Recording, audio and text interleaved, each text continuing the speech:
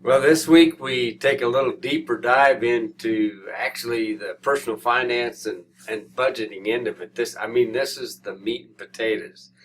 If you don't get this quite right, um, uh, then you've missed out on a whole bunch of stuff.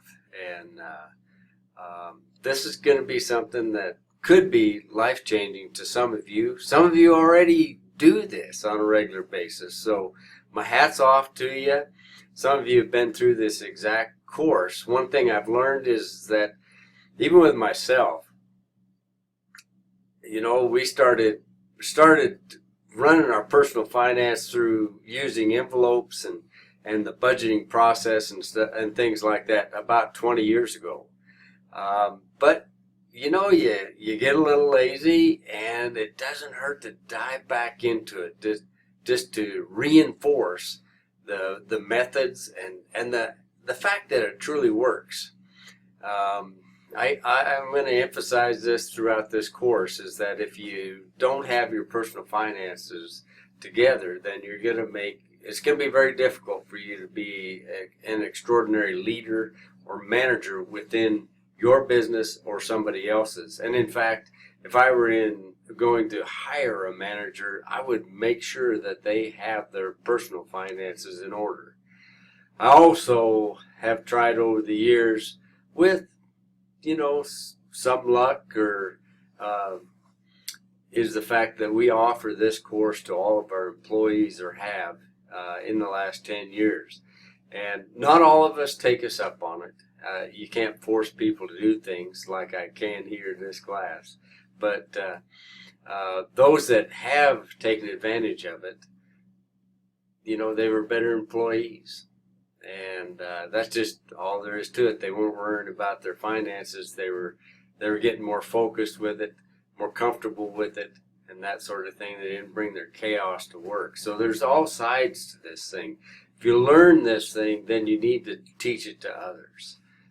And that forces you to learn it better yourself and, hold you to some rules and that sort of thing. That your students will keep you on the straight and narrow. There's no doubt about it.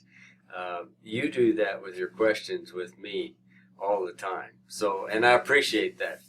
Another thing, really enjoy it when you upload a video to the forums.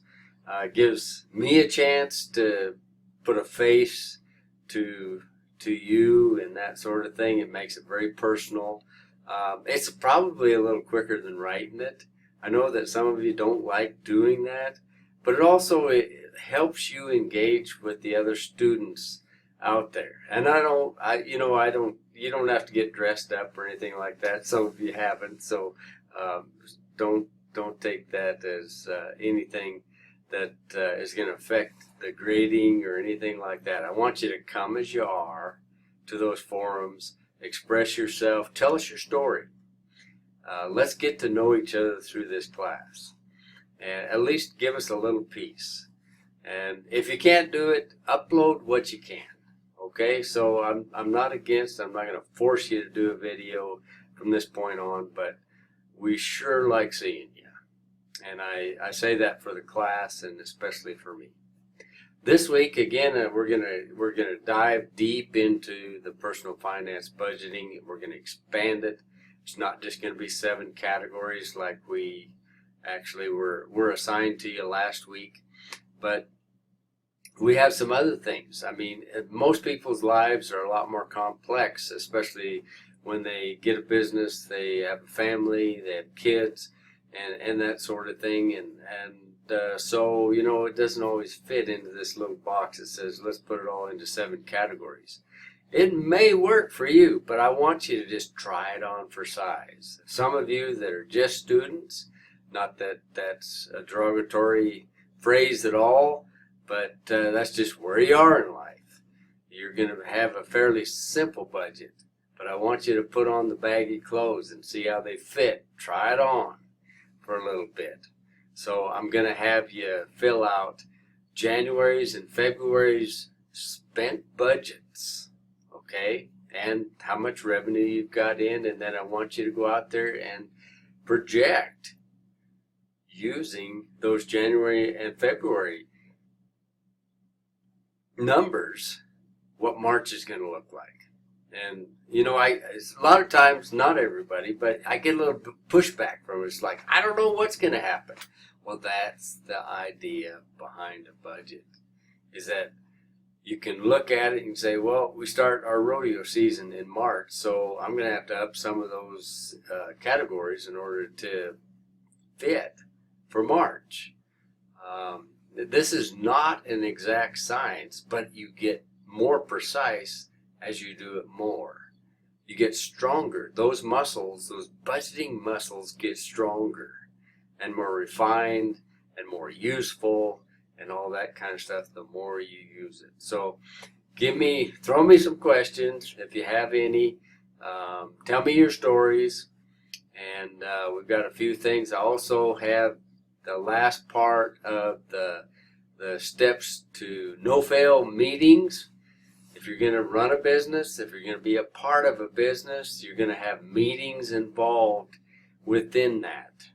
Whether you call it a huddle or a report, a meeting, a get-together, or whatever it is, how do you do that efficiently and actually make some really outcome-based decisions? This is a really good thing to listen to and something to actually, a skill. It's a skill set that we all need to be more intentional about. I can tell you, being around the college, they put you on a committee, and sometimes I just think, well, we just kind of get together and cuss and discuss, if you know what I mean. But anyway,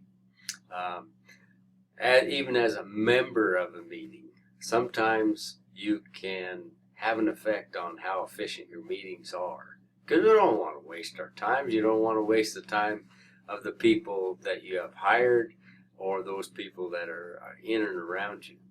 One thing that you might do if you have an in with the person who is the actual leader or chairman of a committee, send him the podcast and see what he thinks or she.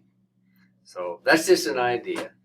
Rather than stomping on somebody's methods and that sort of thing, sometimes we can do this thing kind of subtle. I'm just a short little Welshman that kind of throws his elbows when he goes in the room and that sort of thing. So I can be a little bit aggressive on some of these things, but subtleties sometimes work. They just take a little time in the beginning. But if you want to run your business with excellence, you have to be intentional and take the time in order to do that. Okay, that's all I've got for this week. It's quite a bit more, or there's a little more workload. I'm going to throw these labs in there every once in a while so that I can add to your skill set, and so that you can earn your 4 credits that you're getting for this semester. So give me your feedback. Take care.